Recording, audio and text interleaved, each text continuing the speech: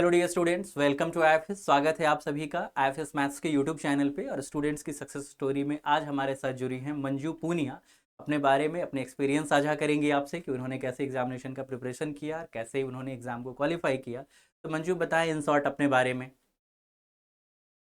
मेरा नाम मंजू पूनिया है और मैं राजस्थान से बिलोंग करती हूँ।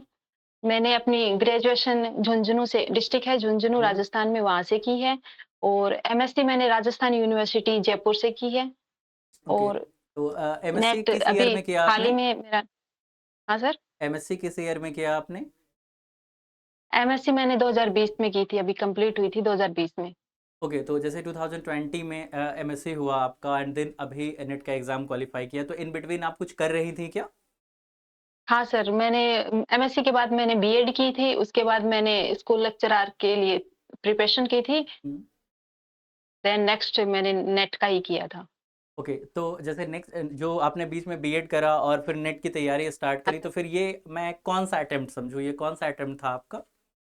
ये मेरा थर्ड अटेम्प्ट था। ओके। फर्स्ट मैंने ऐसे ही ट्रायल के रूप में दिया था, हम्म। सेकंड में मैंने प्रिपरेशन की थी, बट नहीं हुआ मेरा और हम्म। ये मेरा थर्ड था। चलिए कोई बात नहीं। तो क्योंकि बहुत सारे बच्चों को इससे भी ज़्यादा अटेम्प्ट लग जाते हैं, बट कोई बात नहीं, आपका एग्ज़ाम क्वालिफाई हुआ, इसके लिए बहुत बहुत शुभकामनाएं मेरी तरफ से। अब थैंक यू आप सर। अपने जूनियर्स को, अपने छोटे भाई बहनों को ये बताइए कि उन्होंने प्रिपरेशन किस तरीके से करनी चाहिए। जो भी हमारा जो एक गोल होता है कि हम कम से कम 120 मार्क्स तक का तो टारगेट लेकर चले, तब जाकर के हम इतना मार्क्स ला सकते हैं कि एग्ज़ाम ठीक से क्वालिफाई हो सके। तो उसमें आपकी क्या स्ट्रेटजी रही थी, आपने कैसे प्रिपरेशन किया था? सर मेरा फर्स्ट अटेम्प्ट तो मैंने बोला आपको कि ट्रायल था, जस्ट हम्म। मैंने हम्म। ऐसे ही दे के देखा था। हम्म। सेकंड में मैंने सिर्फ प्योर पढ़ी थी, मेरे को लग रहा था कि शायद प्योर से मैं नेट क्वालिफाई कर जाऊंगी, बट शायद मेरा वो सोचना भी थोड़ा गलत था, क्योंकि कहीं ना कहीं अप्लाइड भी अपने को बेनिफिट दे के जाती है। हाँ। तो फर्स्ट में मेरी ये मिस्टेक थी, सेकंड अटेम्प्ट में मेरी ये मिस्टेक थी कि मैंने अप्लाइड को छोड़ दिया था, इग्नोर कर दिया था। जब सेकंड अभी मेरा लास्ट वाला जो अटेम्प्ट था, हम्म। इसमें मैंने अप्लाइड और प्योर दोनों को साथ में लेके चली और इसमें सबसे बेस्ट पार्ट ये था कि मैंने बहुत ज़्यादा प्रैक्टिस की थी। क्वेश्चंस सॉल्व करना, लास्ट ईयर्स के क्वेश्चंस को रिवाइज़ करना कि कैसे सॉल्व करना है, प्रैक्टिस पे प्रैक्टिस की थी। उस वज़ह से मेरे को लग रहा है कि ये प्रैक्टिस ही मेरा सबसे बड़ा प्लस पॉइंट थी और उसी की वज़ह से शायद मेरा नेट हो गया है। ओके, तो अपने जूनियर्स के लिए पहला मैसेज आपने दे दिया है कि थ्योरी तो हमें अच्छे से करनी ही है, लेकिन जैसे ही थ्योरी कंप्लीट हो, अपना 100% फोकस जो है वो क्वेश्चन प्रैक्टिस पे देना है। चाहे हम घर पे हाँ बैठ सर, के क्वेश्चन सॉल्व बिल्कुल। कर रहे हो उस फॉर्मेट में, या फिर टेस्ट वगैरह हो हुँ। उस फॉर्मेट में। ठीक है, तो इस एग्ज़ाम को जिसमें आपने क्वालिफाई किया है, उसमें कौन सा सब्जेक्ट आपको मैक्सिमम मार्क्स दे गया? इसमें मेरे को रियल भी काफ़ी बेनिफिट दिया है और अब की बार अप्लाइड का ज़्यादा पोर्शन आ रखा था। मेरे को ऐसे लग रहा था, बाकी पता नहीं है, बट मेरा वही था कि मेरे को अप्लाइड लग रहा था और अप्लाइड का मेरा अच्छा हुआ था। मैंने अटेम्प्ट किए थे मैंने अच्छे क्वेश्चन्स, तो मेरे को कहीं न कहीं लग रहा है कि अप्लाइड और रियल ने मेरा काफ़ी साथ दिया है। तो फिर अगर रियल अच्छा हो तभी हम मोडी वगैरह के अच्छे क्वेश्चन अटेम्प्ट कर भी सकते हैं, है ना? वरना फिर वो हो भी नहीं हाँ। पाएगा साइमल्टेनियसली। ठीक है। तो एक चीज़ आप बताएं जो कि मैं अपनी तरफ से पूछ रहा हूँ कि आप अपने जूनियर्स को क्या सजेस्ट करेंगे। जैसे कि बच्चे एक स्ट्रैटेजी ये लेकर चलते हैं कि जैसे कि रियल है, लीनियर है, कॉम्प्लेक्स, मॉडर्न, ओडीपीडी, सीओवी, इंटीग्रल, ये सारे सब्जेक्ट्स में से कुछ बच्चे क्या करते हैं कि लाइक दो चार सब्जेक्ट पिक कर लिया और उनका रहता है कि इसी पे एकदम ज़बरदस्त कमांड बनाएंगे और फिर हम पेपर देंगे, ठीक है, और इसी से क्वालिफाई करेंगे।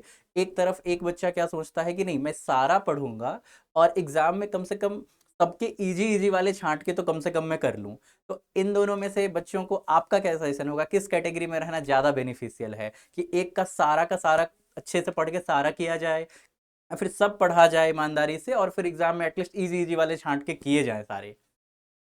आई थिंक सर लास्ट वाला ज़्यादा सही है कि सब ऐसे ऐसा कुछ सेलेक्ट करके, कुछ सब्जेक्ट सेलेक्ट करके अपन कुछ ना कुछ गलती कर जाए हैं, फिर अपन नेट के आसपास से रह के मिस कर जाए, नेट नहीं मिलता उस टाइम पे।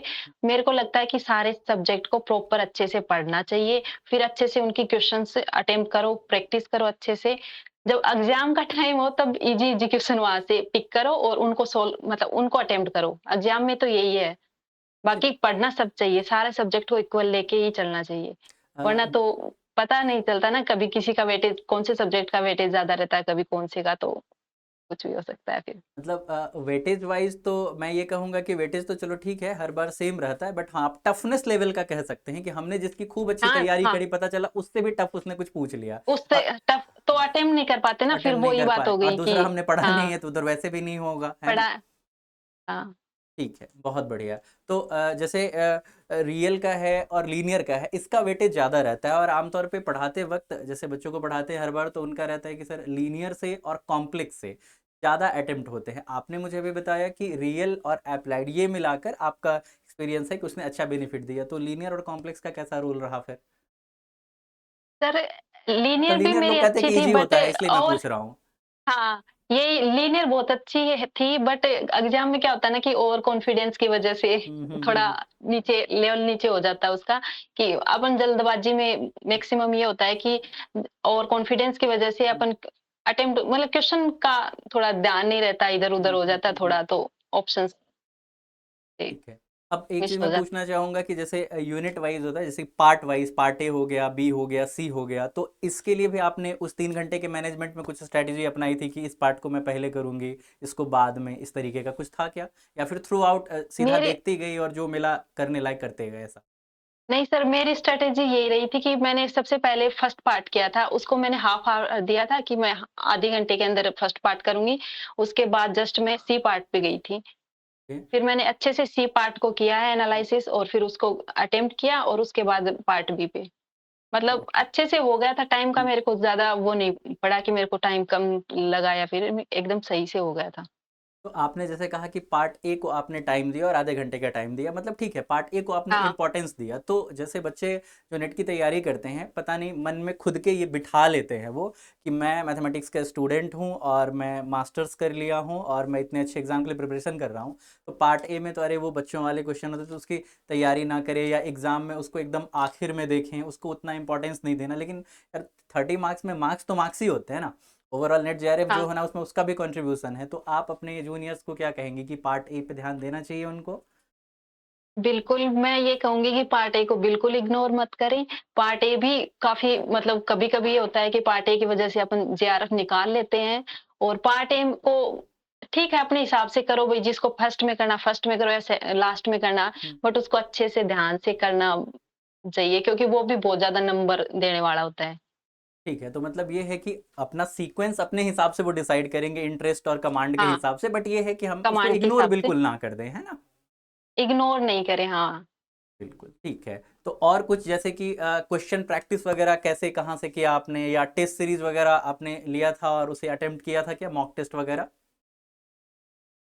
टेस्ट सीरीज़ तो सर मैंने अटेम्प्ट ली नहीं थी टेस्ट सीरीज़ हम्म, तो बट मैंने क्वेश्चन प्रैक्टिस किए थे यूट्यूब ओके। के वीडियोज़ से, आईएफएस के भी वीडियोज़ देखे थे मैंने हम्म, उनके बार-बार क्वेश्चन रिवाइज़ हो रहे थे, हम्म, यूट्यूब पे जो भी आप हम्म, लोग डालते थे हम्म, वो क्वेश्चन अटेम्प्ट करना, लास्ट ईयर्स के हम्म, क्वेश्चन ऐसे मैंने प्रैक्टिस की थी। बाकी टेस्ट सीरीज़ भी बेस्ट ऑप्शन तो टेस्ट सीरीज़ का ये टेस्ट सीरीज़ ज़रूर लेनी चाहिए, हालाँकि मैंने नहीं ली थी, हम्म। बट अच्छी चीज़ है, टेस्ट सीरीज़ लेनी चाहिए, उसी की वजह से बट अपना बट बट ये अच्छे तो कमांड आपने एक ये एग्जाम्पल क्वेश्चन सेट अटेम्प्ट किया ना कि जैसे टेस्ट सीरीज वगैरह हमने नहीं लिया, लेकिन फिर भी हमने थ्योरी पढ़ी एंड देन फिर जो यूट्यूब पे सेशंस हैं हाँ, और उससे फिर खुद से प्रैक्टिस करी। मतलब ये है ना कि टेस्ट सीरीज तो एक जरिया है कि वहां से हमें क्वेश्चन मिलेंगे, लिमिटेड टाइम में हम प्रैक्टिस हाँ। करेंगे, बट अगर हम ऑनेस्टली प्रिपेयर कर रहे हैं तो इंपॉर्टेंट चीज़ है क्वेश्चन की तो प्रैक्टिस करना, है ना? क्वेश्चन की प्रैक्टिस करना वो हाँ, होनी चाहिए, वो हम जैसे भी जिस मीन से होन भी कर रहे हैं, है ना?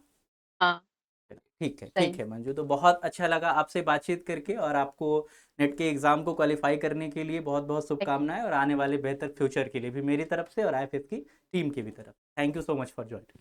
Thank you sir, thank